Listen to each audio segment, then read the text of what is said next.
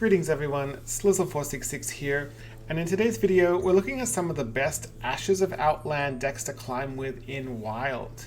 Now, we are only looking at decks that contain new cards from the Ashes of Outland expansion, and we're looking at the decks from what I think are the least powerful to the most powerful. And we start with Astral's Flames Discard Warlock. So, Discard Warlock finally got the support it needed to be relevant. One of those cards being Nightshade Matron, 4 mana 5/5 demon with Rush, Battlecry, discard your highest cost card. And it got Hand of Gul'dan, 6 mana spell. When you play or discard this, draw 3 cards. And these cards have really helped push Discard Warlock into relevance in the Wild meta. And more importantly, Quest Mage is a good matchup for this deck. And if you want to have a deck that does well in Wild, it needs to beat Quest Mage. Discard Warlock beats Quest Mage. Next deck I want to look at is Odd Rogue. Now, Odd Rogue has been on the decline down various tier lists in the Wild meta. Odd Rogue actually being a favorite deck of mine, and it did get a new card to support the archetype, the Spy Mistress, 1 mana 3/1 stealth. Pretty, not that special, but being able to slam this down on turn 1 and with your hero power being able to push 5 damage is quite powerful, especially if you don't draw a pirate on turn 1. This specific list, which has been doing very well on the China server, is also heavily teched against Warlocks. So you'll find there are 2 Lights Champion in here.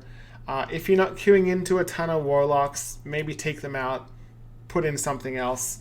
But if you want to play Odd Rogue, this is probably your best bet. Okay, Demon Hunter, the new class for Wild. We're going to first look at an aggro Demon Hunter by Team One Trick member Keith Numbers. This is the incredibly aggressive deck. It's running the Broken Battle Fiend. Why Blizzard gave a scaling 1 mana 2/2 drop is beyond me, but they printed it, so we're stuck with it, at least for the time being. The Consume Magic is quite nice if you're having problems against Warlocks cheating out minions, things like that. It runs the standard Wild Pirate package, so you got your nice pirates, you got your cannon. This is pretty much a staple in any sort of hyper aggro deck. You've got your Umberwing to help you get some extra chip damage, get some 1/1 minions on board. Got some lifesteal with the Eldrazi Warblades. Altruis, the Outcast, helps you with board control. You've got the I-Beams. This recently did get nerfed, so the Outcast now costs 1, but it's still quite a good card. The Satyr Overseer helps you get additional board when your hero attacks. You've got the Glaive Bound Adept, which is an aggressively statted minion and helps you either do face damage or board control. Of course, Leroy Jenkins. It's Leroy Jenkins. And then you've got your Skull of Gul'dan. So just a very powerful aggro deck. Plays similarly to Pirate Warrior or Kingsbane Rogue or Odd Rogue. Just a nice deck to punch people in the face with.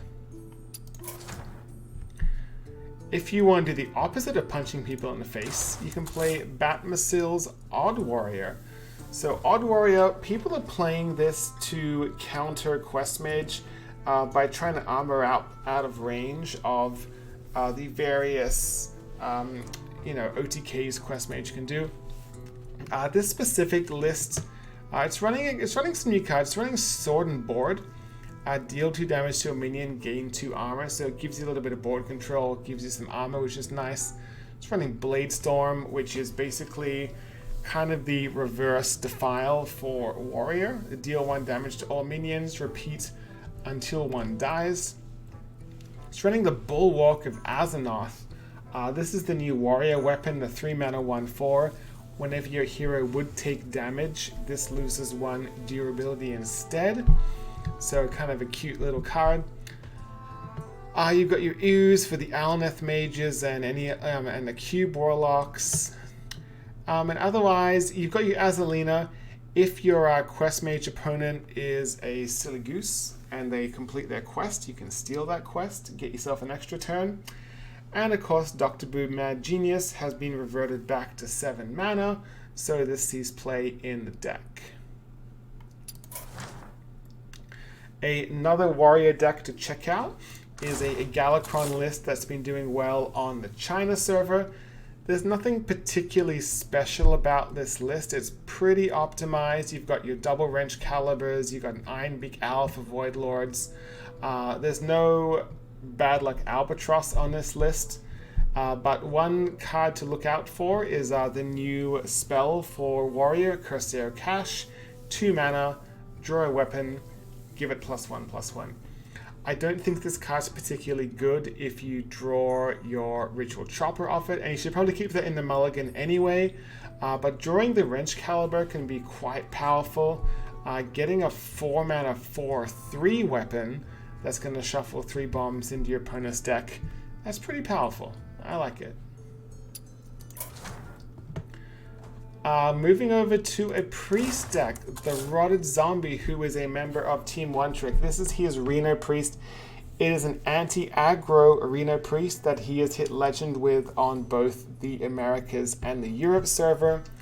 And one thing to be aware of is this deck can beat absolutely anything except for Mage. So if you can not queue into mages, you're going to have a great time. But if you do queue into mages, you're going to be a little bit sad. As for new cards in this list, this is kind of a new card, Shadow Word Ruin. This is a new 4 mana spell that's part of the Priest basic set now. Destroy all minions to 5 or more attack. And you've also got Renew. This is kind of your power word. Shield replacement.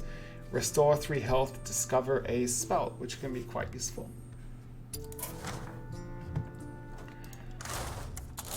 Okay, moving up in power, we arrive at Corbett's Odd Demon Hunter. So if you want to play Demon Hunter and win a lot of games, this is the list to do so. The Baku ability here will change your hero power from 1 mana +1 attack to 1 mana +2 attack, which is very relevant. As you can see, this is quite similar to the aggro Demon Hunter list we previously saw. You've got your Battle Fiend, got your Consume Magic.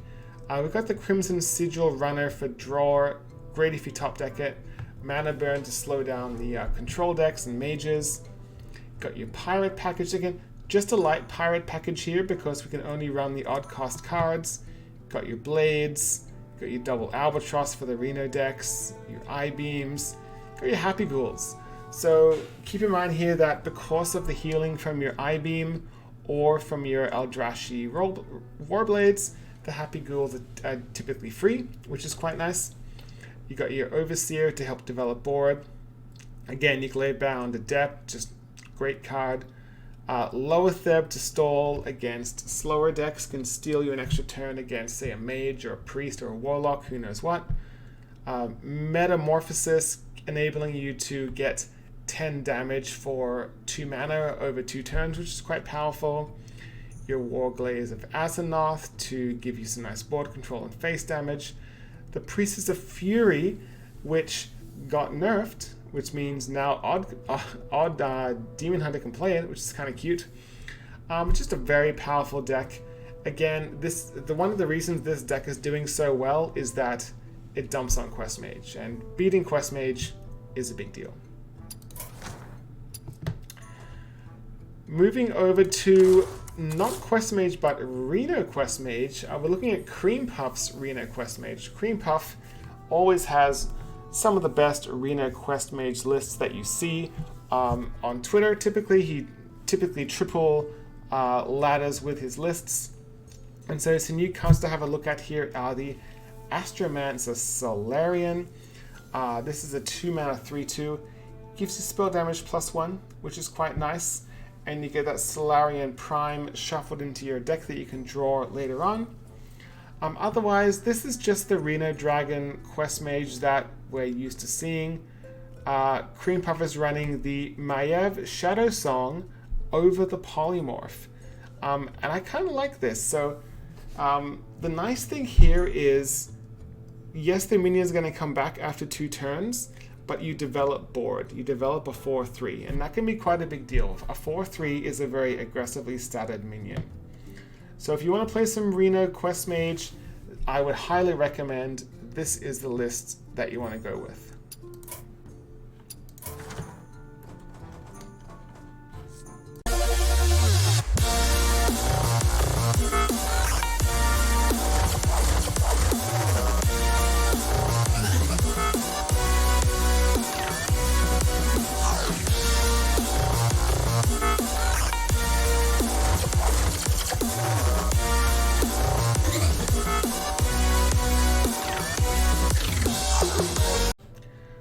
Moving into the top 3, we have Soda's Jade Druid. So this technically has a new card in it. Well, actually, it has 2 new cards.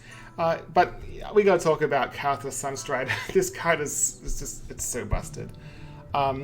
This basically allows Jade Druid to do absolutely obnoxious things, getting free ultimate infestations and free overflows. I don't know why Blizzard printed this card, but it exists. And to help you get even faster to that card, the new 2-mana spell Fungal Fortunes, draw 3 cards, discard any minions drawn. Well, this deck only has a Piper and a Kel'Thuz's Sunstrider, so it's pretty good. Not bad. Really powerful deck if you want to climb. At number 2, we have Cube Warlock. So this is Major Tom's build, a Cube Warlock. I mean, it's Cube Warlock. There's nothing particularly different about it. I particularly like the Cube Warlock lists that don't run the Doom Guards. I think the Doom Guards are really unnecessary, especially if you're forced to kind of play them out of hand and you lose cards. So I like just having the birds and just having a light demon package. There's a Skulking Geist in here. This helps you against the Jade Druids as well as the Quest Mages. And we're running the new card, Can Rathad Ebenlock. Your demons cost 1 less while it's in play. And the Death Rattle, you shuffle your Can Rathad Prime into your deck, basically giving you like a little mini Gul'dan, which is kind of nice. And the number 1 deck, you probably shouldn't be surprised here if you made it to the end of this video, is Quest Mage. Now this specific build of Quest Mage I really like. This is Ramses' build. He reached number 1 legend with this list over a decent sample size of games. I took this list to legend on the America server from the rank 5 floor. I'm also on the process of getting it to legend on the Europe server from the rank 5 floor, currently sitting at Diamond 2. But just to talk about what is special about this list, now most players are running the Evocation now, the 1-mana legendary spell, fill your hand with random mage spells at the end of your turn, discard them. This is a really good card if your hand sucks, but you happen to have a Sorcerer's Apprentice in hand, so it can be really nice on turn 3, but preferably turn 4 to play your Sorcerer's Apprentice and Evocation, and you're probably going to get a bunch of 1 and 2 mana spells that'll cost you 0 and 1, and you'll get your quest done. The other card I want to talk about is the Star Squire. So this is a very aggressively statted 2-drop. It's a 2-mana 3/1 with Death Rattle, draw a spell. So from your opponent's perspective, 3 attack is quite threatening. However, killing it gives you a spell. Maybe you're really desperate for your Evocation, or you're really desperate for your Elemental Evocation with your Mana Cyclone. It's just a really nice card to have a board presence and draw. And so that's the reason why in this list you don't see Stargazer Luna, you don't see Arcane Intellect. I have found it to be amazing. There's also a Banana Buffoon in here. This is not a new card, but this just helps to accelerate the quest completion. But let's be honest, it's Quest Mage. 25 of the cards are standard, the other 5 don't matter. It's just a really powerful deck. I just personally really like this build. So If you want to try out any of these decks, you're going to find all of the deck codes in the description below. If you want to support this channel, please click that subscribe button, click that bell, and until next time, hope to see you again.